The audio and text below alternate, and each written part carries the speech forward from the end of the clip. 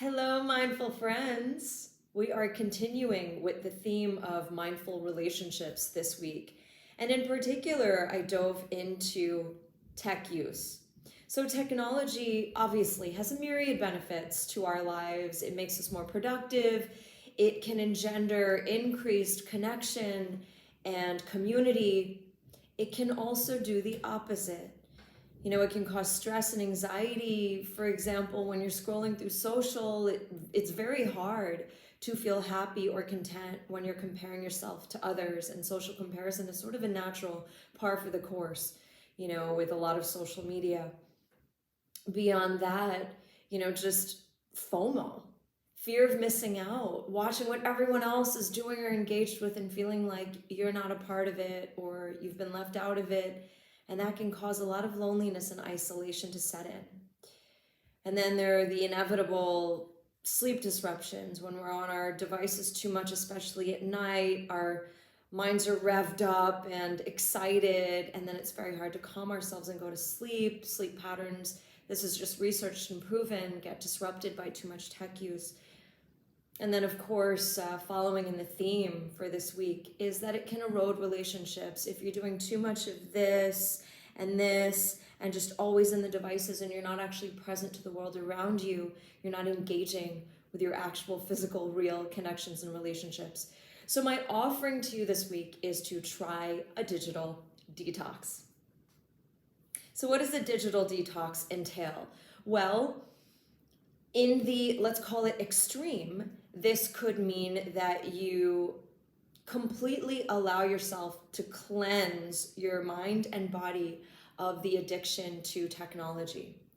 And in doing that, and this is my favorite of the options that I'm going to give you, you allow yourself the chance to actually hit the reset button. You cleanse yourself of that addiction, you reset, and then you come back to it with some healthy boundaries, right? So having set some healthy boundaries for yourself, realizing, oh my God, I've taken a day off of this and I keep reaching for the imaginary phone, and that just shows you that it's become habitual, it's become rote, it's an addiction, and you need some distance from it.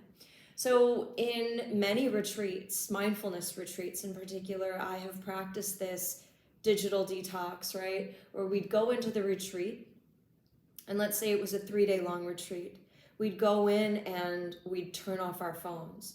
And obviously, some people, mothers, part of families, they needed to attend to their phone in case their children were to call.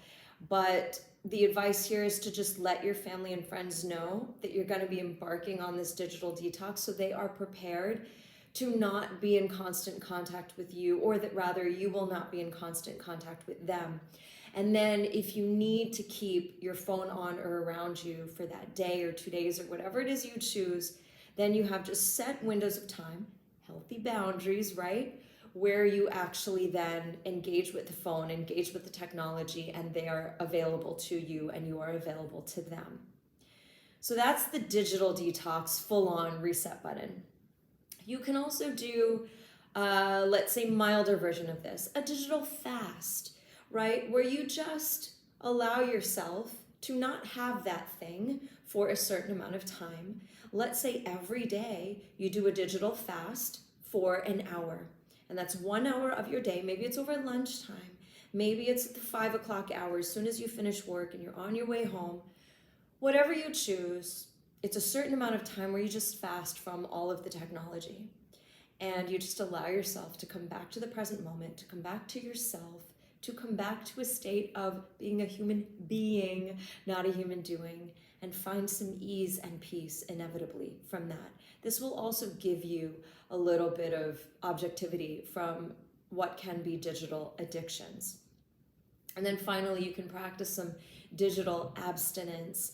And again, this is similar to a fast, but it just basically means that you are abstaining from this thing for a certain period of time. And it can look like a fast, but abstinence in this case really implies that you are denying yourself a thing, right? And when you're fasting from a thing. You're removing it from your life, and abstinence indicates more that you are denying yourself something. And that's a more active, but slightly sort of negative reinforcement way to play it, whereas fasting has a bit more of a positive reinforcement quality to it. So these are the options. This is your buffet of digital tech removal, cleansing of addictions. Let me know how this rolls out for you, but I highly recommend this practice, again, just because your network is your net worth. Your connections are your greatest asset in this life. And so you must come back to a place of mindfulness about them. And we know from a lot of research and just empirical evidence that our use of technology is beginning to disrupt and erode not only our well-being, but our relationships to others, which directly feeds back into our well-being, right? Our connections are one of the top drivers of our happiness and well-being. So let's all try to come back to the present, practice some digital detoxing. Let me know how you feel after.